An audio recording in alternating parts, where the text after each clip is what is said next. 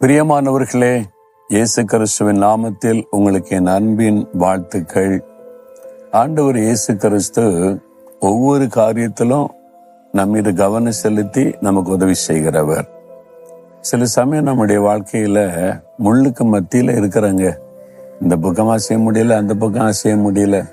வீட்டுல வந்த பிரச்சனை, ஆபீஸ்ல போன அந்த பிரச்சனை, பிசினஸ்ல போன இந்த பிரச்சனை, ஊழியத்துல உள்ளுக்குள்ள வந்த ஒரு பிரச்சனை, வெளியில வந்த ஒரு பிரச்சனை, எல்லா பக்கமும் இருக்குங்க.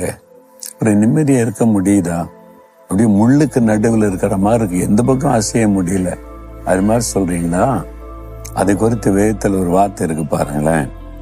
எசேக்கியேல் 28 அதிகாரம் 24வது வசனத்துல, இனி தைக்கிற முள்ளும் நோவுண்டாக்குகிற நெரிஞ்சலும் அவர்களுக்கு இராது. இனி அது இருக்காது. முள்ளு நெரிஞ்சல், அது எந்த பக்கமும் குத்தும். முள்ளுக்கு நடுவில் இருந்தவங்களாம் அசைய முடியாது, குத்தும் இல்ல. அப்ப முட்களுக்கு நடுவில் நெரிஞ்சல்கள், அது ஒரு வகையான முள்ளு. இந்த முள்ளு எதை குறிக்க தெரியுமா? சாபத்தை குறிக்கும். ஆண்டவர் முதல்ல உலகத்தை உண்டாக்கி மனிதனுக்காக எல்லாத்தையும் சிருஷ்டித்த போது முற்களை உண்டாக்கவில்லை. நல்ல கனி விருட்சங்கள், மலர்கள், நீரூற்றுகள், பெரிய ஆறுகள், அழகான மலை பிரதேசங்கள், அப்படிதான் ஆண்டவர் உண்டாக்கினார். மூலிகைகள், அப்படிதான் பைபிள்ல இருக்கு. ஆனா ஆண்டவர் முற்களை உண்டாக்கல. மனிதன் பாவம் செய்ததுனால சாபம் வந்தாரு. அந்த சாபத்துலதான் முற்கள் முளைக்க ஆரம்பித்ததுன்னு வேதத்துல பார்க்கிறோம். அந்த முற்கள் சாபத்தை குறிக்கும். முள்ளுக்கு நடுவில் நான் இருக்கிற மாதிரி இருக்குது, எல்லா பக்கமும் குத்துது, என்னப்பா வாழ்க்கை நினைக்கிறீங்களா? ஒரு வகையான சாபம் உங்களுடைய வாழ்க்கையை சூழ்ந்து இருக்கலாம். இந்த சாபத்துல நமக்கு விடுதலை கொடுக்க இயேசு சிலுவையில சாபமானார், அவருடைய ரத்தத்தை சிந்தினார். அதுக்கு நீங்க முக்கியமான ஒரு காரியம் செய்யணும். நீங்க பாருங்க, இந்த வசனம் எழுதப்பட்டு இருக்கிற பிரதான கட்டளைன்னு சொல்லி கற்பனை. பழைய ஏற்பாட்டு காலத்துல 10 கற்பனைகளை ஆண்டவர் மோசே மூலமா இஸ்ரவேல் மக்களுக்கு எழுதி கொடுத்தார். அது இஸ்ரவேல் மக்களுக்கு கொடுக்கப்பட்ட பிரத்யேகமான 10 கட்டளைகள்.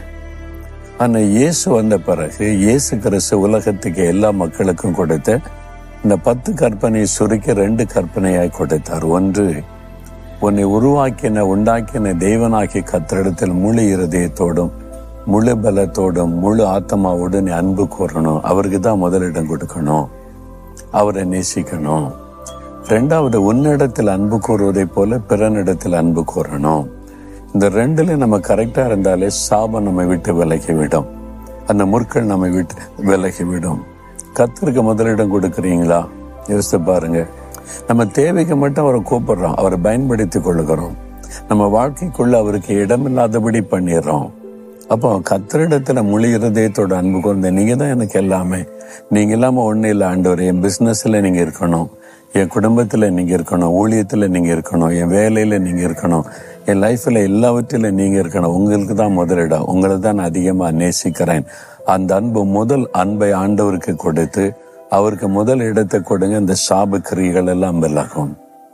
2வது, மனுஷரிடத்தில் உன்னிடத்தில் அன்பு கூறுவதை போல பிறனிடத்தில் அன்பு கூறுவாயாக. இயேசு சொன்ன மிக முக்கியமான இன்னொரு கட்டளை. ஏன்னா மனிதர் மூலமா நம்முடைய வாழ்க்கையில சாபம் வரும். உங்களால ஒருத்தர் பாதிக்கப்பட்டா அதன் மூலமாய் சாபம் வரும். நீங்க ஒருத்தர் கண்ணீர் வெடிக்க வச்சீங்கன்னா அதன் மூலமாய் சாபத்தின் தாக்கம் வரும். நீங்க ஒருவரை ஏமாத்திட்டீங்கன்னா அவங்களுடைய துக்கம் உங்களுக்குள்ள சாபத்தை கொண்டு வரும். அப்ப மற்றவங்களை காயப்படுத்தும் போது அது சாபமாய் வெளிப்படும். அதனால நீங்க உங்களை நேசிக்கிற மாதிரி மற்றவங்களை நேசிக்க ஆரம்பிங்க, அந்த சாபக்கிரியை விலக்கி விடும். அப்போ நீங்க ஆண்டவர் மேல அன்பும் மனிதர்கள் மேல அன்பும் உடையவர்கள் அவங்களை அர்ப்பணித்து கொண்டாலே இந்த சாப முற்கள் எல்லாம் விலகி இனி அது இராது. ஏன்னா சிலுவையில இயேசு நமக்காக சாபமானார். விசுவாசத்தோடு இந்த கட்டளைக்கு கற்பனைக்கு கீழ்ப்படிங்க, உடனே உங்களுடைய வாழ்க்கையில மாற்றம் நடப்பதை காண்பீங்க. நேசிக்க முடியலையே, என்னை திட்டிக்கிட்டே இருக்காங்க, அந்த மாமியார் எப்படி நேசிக்கிறது? என்னை கொடுமைப்படுத்தி குத்திக்கிட்டே இருக்க அந்த மருமகளை எப்படி நேசிக்கிறது? இந்த மேல் அதிகாரி எப்பவும் டெய்லி என்னை டிஸ்டர்ப் பண்ணிக்கிட்டே இருக்கான், என்னை குறிவைத்து தாக்குற அந்த ஆள் எப்படி நேசிக்கிறது அப்படின்னு நினைக்கிறீங்களா? சத்துருக்களையே சிநேகியுங்கள் என் இயேசு சொல்லி கொடுத்தான்.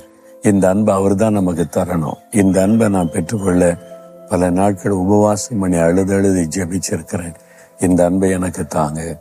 என்னை போல மற்றவங்களை நேசிக்கணும், சத்துருக்களை நேசிக்கணும்னு இதை கேளுங்க. இந்த ஆசீர்வாதத்தை பெற்றுக்கொண்டீங்கன்னா சாபம் உங்களை தொட முடியாது, முற்கள் உங்களை நெருக்க முடியாது, உடனே மாற்றம் வரும். அப்படியே இருதயத்துல கை வைங்க. ஆண்டவரே, இந்த சாபம் முற்கள் என் வாழ்க்கையை விட்டு விலகணும். அதற்கு முழு இருதயத்தோடு நான் நேசிக்கிறேன். நான் மற்றவர்களை என்னை போல நேசிக்க ஒப்பு கொடுக்கிறேன். அந்த அன்பை எனக்கு தாங்க. சிலுவையில சிந்தின ரத்தத்தினால சாபத்தை மாற்றின ஆண்டவர், என் வாழ்க்கையில் இருக்கிற இந்த சாப முற்கள் எல்லாம் விலகி போகட்டும். இயேசுவின் நாமத்தில் ஆமேன், ஆமேன்.